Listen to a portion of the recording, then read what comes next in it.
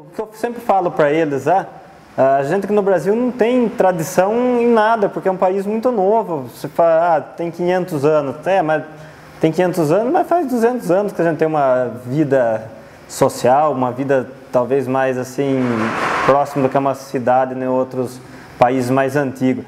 Então, como a gente não tem tradição nenhuma, a gente tem que buscar alguma tradição em algum lugar, e eu tento buscar o máximo de tradição possível aí na cidade de Bamberg.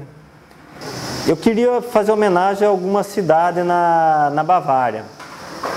E daí, na hora que você vai ver a história da cidade de Bamberg, você fala, pô, mais de 1000 anos documentado só sobre cultura cervejeira.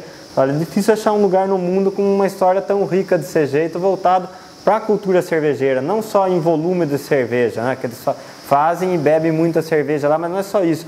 A cultura cervejeira está no dia a dia deles lá. A gente teve sorte que é uma palavra fácil de falar em português. E também não tem nenhuma cervejaria no mundo que chama Bamberg. Hoje, para você ter uma ideia, a cidade ela tem 70 mil habitantes, 10 cervejarias, 2 maltarias e uma fábrica de equipamento para cerveja. E ela é considerada a capital cervejeira ali da Francônia, que é a região onde está a cidade de Bamberg. Só na região da Francônia a gente encontra quase 300 cervejarias. Então é uma cultura cervejeira muito grande, uma riqueza muito grande lá. A Altbier é uma cerveja tradicional da cidade de Düsseldorf, na Alemanha. É um estilo de cerveja que ele quase sumiu do mundo. Ela é uma cerveja bastante amarga, vermelha e com uma carbonatação um pouco mais baixa do que a média tradicional. Isso aí vai totalmente ao contrário do que as grandes cervejarias estão procurando. Então, com isso, na hora que a cerveja Lager começou a invadir o mundo, a Altbier começou a entrar em decadência. Quando eu fiquei sabendo da história dessa cerveja, e principalmente quando fiquei sabendo que ela era uma cerveja que estava correndo o risco de extinção no mundo, eu falei, pô, preciso fazer essa cerveja. Vem aumentando muito a venda dela, justamente porque o pessoal hoje, principalmente no meio de cerveja artesanal, quer cada vez mais cerveja lupulada, quanto mais amargo melhor, quanto mais lúpulo melhor, e ela tem bastante lúpulo nessa cerveja. Eu fui me aproximar mais da escola alemã quando eu conheci mais o país alemão. Não posso falar o país alemão, mas o estado da Bavária, que é onde eu frequento com maior assiduidade. E não que assim, às vezes o pessoal pergunta, pô, você vai lá para se inspirar em alguma cerveja? Não, vou lá para ver a cultura cervejeira. O simples fato de você estar sentado dentro de uma cervejaria, tomando uma cerveja no restaurante deles, você está observando o dia a dia deles, como que eles se comportam diante da cerveja, que é completamente diferente. Na Alemanha tudo acontece de forma muito natural. Aquilo lá está já dentro deles, talvez seja a mesma forma que a gente pega uma bola de futebol a 1 ano e meio de idade e já sai dando uns toquinhos. Eles não vão estar bebendo com 1 ano e meio de idade, mas ele vai estar com o pai dele dentro da cervejaria, tomando um copo de refrigerante e almoçando, e o pai tomando cerveja, a mãe tomando cerveja, o vô já frequentava ali, então é tudo natural que acontece lá dentro. É isso daí que foi a minha maior inspiração. A Weizen foi a segunda cerveja que nós produzimos. Nós só conseguimos fazer com que ela ficasse tão parecida com a cerveja da sua origem quando nós começamos a importar o fermento para ela. E o fermento nosso ele vem de uma pequena cervejaria da Bavária, que produz cerveja de trigo, e daí ele dá a característica de cravo, banana, que é o que a gente sente quando está tomando uma Weizen fabricada na Bavária. Mas você pega que nem a pessoa que só bebe cerveja comercial e dá uma Weizen para ele não vai assustar. O que assusta o leigo é o amargor na cerveja. A Weizen não é amarga. Ela é refrescante, tem uma carbonatação um pouco mais alta. Não, eu gosto de cerveja boa. Eu acho que não tem nenhuma escola cervejeira que seja melhor do que a outra, nenhum país que faça cerveja melhor do que o outro. Em qualquer país a gente vai achar uma quantidade muito pequena de cerveja boa, acima da média. A grande maioria está na média. E tem uma boa quantidade também que é cerveja de baixa qualidade. Então eu não ligo de que escola cervejeira eu estou bebendo a cerveja. Eu gosto quando a cerveja é bem feita, quando se percebe uma técnica apurada. Para você fazer uma cerveja boa, não tem como fazer sem técnica. Não existe inspiração na cerveja. A partir do momento que você tem uma técnica boa, você consegue começar a usar. Tem um cervejeiro caseiro americano, bastante conhecido aqui no Brasil, o Randy Mosher, uma vez ele falou para mim que eu fizesse bastante cerveja do jeito que eu estava fazendo, seguindo os estilos de cerveja, seguindo a escola cervejeira alemã, por opção nossa, e a partir do momento que eu me sentisse mais confortável, eu poderia estar usando, né, algumas cervejas com teor alcoólico mais alto, uma lupulagem mais marcante, alguns estilos pouco conhecidos, e depois que eu me aventurasse nesse patamar intermediário, ele falou assim, aí sim, ao longo dos anos você vai perceber que você vai estar preparado para estar trabalhando, por exemplo, com levedura selvagem, com barril de madeira, e tentando criar uma cerveja que não seja dentro de um estilo. Ele falou, a base de tudo começa dentro das escolas cervejeiras, dentro dos estilos de cerveja. Se a gente reparar a história da microcervejaria nos Estados Unidos, na década de 80, a maioria das microcervejarias nos Estados Unidos fazia algum estilo de cerveja ou alemão, ou belga, ou inglês. Boa parte delas fazia cerveja alemã. Depois, por causa da cultura inglesa também, eles começaram a fazer bastante cerveja inglesa. E mais para frente eles passaram para fazer estilo de cerveja belga. Hoje a gente tem cerveja nos Estados Unidos que não é um estilo de cerveja. É cerveja que aquela cervejaria faz e ele criou aquilo lá. E se não encontra em nenhum outro lugar no mundo. Quer dizer, já estão aí há 30 anos fazendo cerveja. Hoje eu converso às vezes com alguns cervejeiros que a cervejaria dele tem 200, 300 anos. E a gente tem 6 anos só. Então, acho que cada coisa tem que ir dando tempo. A Rauchbier, primeiro vamos começar pela pronúncia dela. É uma cerveja que realmente não é para agradar todo mundo. Eu acho que ela gera muita curiosidade porque ela é a cerveja mais premiada nossa e a pessoa quer beber essa cerveja. Mas o sabor defumado dela, de bacon, de presunto, depende do que a cabeça de cada um associa com esse defumado, acaba ou você gosta ou você não gosta, não tem o meio termo dela. Se a gente for comparar a potencial de defumado dela com 99% da cerveja defumada da Franconia, ela é mais defumada do que a cerveja de lá.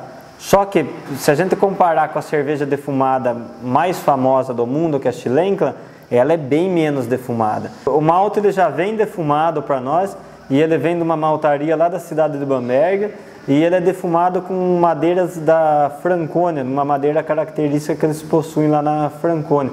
Então, também é um terroir que o malte vai dar para cerveja. E se eu não me sinto à vontade em fazer um estilo de cerveja, eu vou estudar mais antes de mexer com ele. Por exemplo, já fazem 2 anos que eu estou estudando fermentação espontânea, levedura selvagem, outros tipos de micro-organismos que fermentam a cerveja. Ainda não me sinto confortável em lançar um produto como esse. Já fiz alguns testes, já bebemos várias cervejas assim, só que lançar com uma marca Bamberg não, é um mundo ainda novo, que tem 300, 500 micro-organismos dentro da garrafa e aqui a gente tem um micro-organismo na garrafa. Primeiro hoje eu tento pegar um estilo de cerveja que eu goste muito e tenha vontade de fazer, ou que seja pouco conhecido no mundo. Daí o que eu faço? Eu tento ler a história desse estilo de cerveja, estudando ele através de livros e internet, mas principalmente em livro. Depois eu vou no local de origem onde ele surgiu e procuro tomar todas as cervejas que existam hoje nesse local de origem e tentar comparar com o que existia historicamente nesse local, o que mudou. Que a cerveja de 20 anos atrás não tem nada a ver com a cerveja de hoje, qualquer estilo de cerveja. O que eu tomei, eu tento adivinhar o que estava dentro daquele copo. Não que malte, que lúpulo que foi utilizado, mas que aroma e que sabor que destacou mais. Eu falo, pô, isso aqui eu achei legal, eu queria que tivesse na minha cerveja. Não que eu pegue uma cerveja e fale, eu quero clonar aquela cerveja. Tem característica de uma, tem característica de outra, tem característica de outros estilos de cerveja. Eu falo, pô, mas o que tem naquele estilo de cerveja caberia nesse daqui também. Eu quero trazer porque eu acho legal. E daí é cálculo matemático do fazer a receita. A Helles é uma cerveja que eu sempre quis fazer ela. Você sentou num Biergarten em Munique e pediu uma cerveja, vai vir uma Helles para beber. Você olha nas mesas, está todo mundo tomando Helles, exceto se você falar, não, vê uma Dunkel, alguma outra cerveja. Na verdade eu me inspirei nessa cerveja nas pequenas cervejarias da Bavária, e não nas grandes cervejarias que produzem uma Helles muito próxima da Pilsen nossa. Nas pequenas cervejarias a gente já tem uma Helles um pouquinho mais dourado escuro, o lúpulo um pouco mais marcante do que das grandes cervejarias, então ela ficou uma Helles diferente das Helles importadas que a gente tem aqui no Brasil. Eu tento usar tudo que foi utilizado na origem, malte, lúpulo e fermento. A gente utiliza que nem lúpulo só da Bavária, porque a maioria dos estilos de cerveja que a gente faz vem da Bavária. Malte nosso vem da cidade de Bamberg. O fermento cada fermento vem de uma cervejaria diferente ali também da região da Bavária. Então daí eu tento trazer o terroir para a cervejaria. A única cerveja diferente desse processo foi a São Michael. Que a São Michael é uma Weizenbock Dunkel, que ela fermentou no tanque de inox. Ela maturou 6 meses no barril de carvalho. Fiz dry hop nela, que é uma técnica hoje muito utilizada nos Estados Unidos, mas no passado ela surgiu na Inglaterra. Adicionar o lúpulo na maturação. E daí eu refermentei na garrafa com fermento de champanhe. Eu queria juntar um pouco com uma atenuação maior do estilo, tentar deixar ele complexo, mas relativamente fácil para beber, porque ela ia ser lançada no verão, em dezembro, seria a cerveja comemorativa de 5 anos nossa. O que caiu assim, né? Fermento de champanhe. Por causa que tinha já tudo montado na cabeça, o dry hop, o barril de carvalho, o estilo da cerveja, só que eu achava que pro verão ela não ia ficar legal. Porque uma Weizenbock, quem já tomou uma Weizenbock sabe que, apesar dela ser Weizen, que normalmente uma Weizen é refrescante, ela não é refrescante, ela tem uma doçura muito alta, uma complexidade de ameixa, banana passa. Então eu achei que pro verão ela ia ficar muito pesada. E foi que daí eu falei, caramba, eu já tinha lido que no passado algumas cervejarias utilizaram fermento de vinho branco para fazer cerveja. Falei, se pensar da mesma forma, champanhe, uma cerveja com uma carbonatação bem alta para o verão, ela não vai ficar refrescante como uma Weizen clara, mas vai dar para o pessoal beber, né?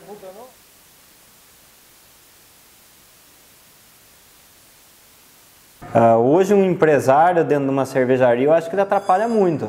Se você pensar de uma forma empresarial, primeiro pode ser que você não consiga abrir a cervejaria, que os cálculos não vão bater. Você vai ver que o retorno é muito lento. Todo estilo de cerveja que eu faço hoje são estilos de cerveja que eu gosto de beber. Não faço nenhum faço isso porque vende bastante. Acho que a grande vantagem que eu tenho é que eu posso fazer na produção o que eu quiser. Eu não vou ter uma pessoa que vai falar para mim, não, esse malte eu não posso comprar para você porque é muito caro, vai aumentar o custo da cerveja. Não, para Bohemian Pilsen, nossa, a Camila veio um malte especial, que é fabricado artesanalmente na República Tcheca, e ele custou muito caro. Se fosse pôr no papel, não vale a pena comprar esse malte. Mas o resultado final compensou essa margem menor que nós tivemos que trabalhar com essa cerveja. Então nunca tive não posso falar que eu sou empresário.